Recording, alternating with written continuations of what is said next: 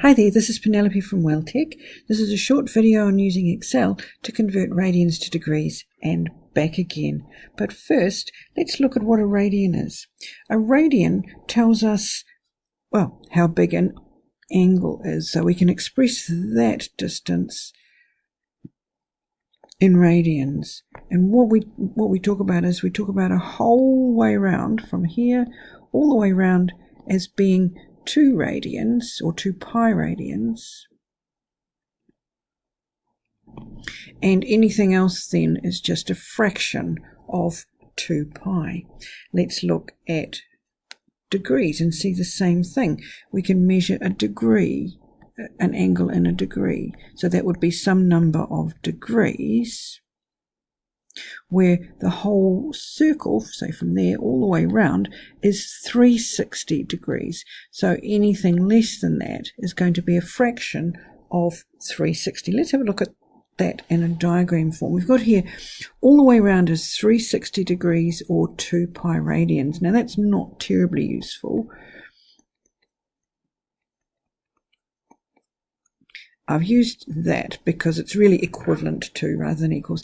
If we're looking at half a revolution, then we can see that that's 360 divided by 2 is 2 pi divided by 2. So that's pi. So 180 degrees is equal to pi. And if we want to make it more useful, we could look at going, say, a quarter of the way around. So that's 360 divided by 4. It gives us 90 degrees, and that's equivalent to 2 pi divided by 4, which will give you pi by 2. And if we want to go 1/8 of the way round, then that would be 360 divided by 8. That gives us 45, and that's equivalent to 2 pi divided by 8, which is pi by 4 radians. So that's the connection there. Now we can convert them by hand using that idea to give us the conversion for any degree to radians or any radians to degree. So let's start off with degrees to radians with part A. So we know that 180 degrees is equivalent to pi radians. We know that. Now, we're not looking for 180 this time, we're looking for 1. So if we divide this side by 180, then we divide the other side by 180, and we get our conversion factor. Now, we're not looking for 1, we're looking in the question for 65, so we multiply this side by 65, and multiply that side by 65, and we have the conversion. And our answer would be 1.134 radians, or 1.134 with a little r. Now, part B wants to go the other way, so we're going to use pi radians is equal to 180 degrees. No, I need to find 1 radian, so I'm going to divide that by pi. So I'm going to divide this side by pi.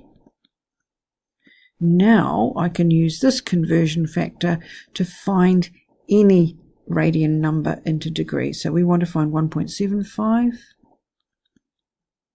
So I'm going to multiply the right-hand side by 1.75. And using my calculator, I'll get just over 100. Like that. Now, it would be a whole lot quicker if I could actually do this in something powerful like Excel. One calculation, doing it by your calculator, that's fine. But if you've got a whole lot of them, it would be a lot easier to use Excel. So I need to open a spreadsheet and let's see what we can do in there. So now we're going to use Excel to work this out. So I'm going to type in 65. Oops, just have to open my keyboard up. So I'm going to put in 65.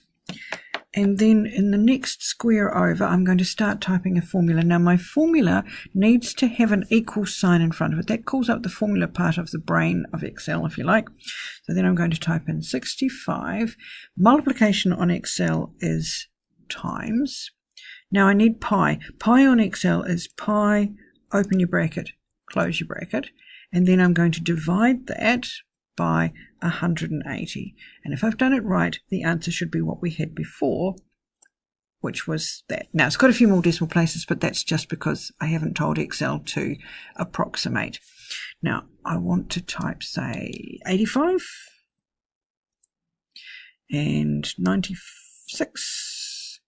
Now, you might be tempted to just now copy this formula down, but look what happens. Still got 1.134464. Now, that's the answer for 65 degrees.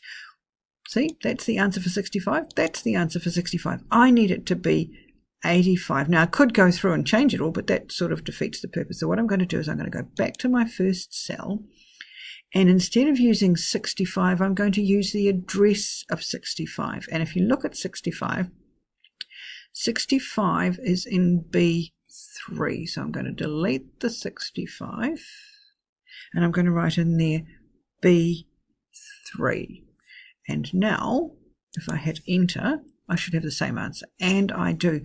Now I'm going to copy that formula down, and now I get the right answers, because now, for this one, for example, it's referring to the angle that's written in B5, which is 96. So if I want to now do 43, 28, 47, I can just fill this formula down, all the way down, and I've got the conversions to all of them.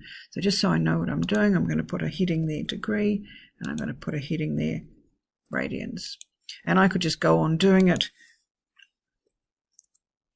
all the way, whatever, till I've run out of ones. That shows you how very quick it is once you've set up the conversion factor in your cell and linked it to where you're trying to write your degrees that you want to convert from into radians. Now let's go the other way. Let's head up the columns first this time. And now that we know we're going to be smarter, let's do it from the start. So 1.75, it's the same as the one on the previous slide. So I need equals to get it to be a formula, 1.75. Now I don't want that. I actually want the address of 1.75, and that is B14. So I'm going to type in B14. Now my calculator knows that that's the address. See, it's highlighted the square. So I'm going to multiply, which is a star, by 180. Then I'm going to divide by pi, which has to be written like that. And there is the same answer as I had before. Let's do some other ones. Let's do 2. Let's do 3. Let's do 4. Let's do 1.1.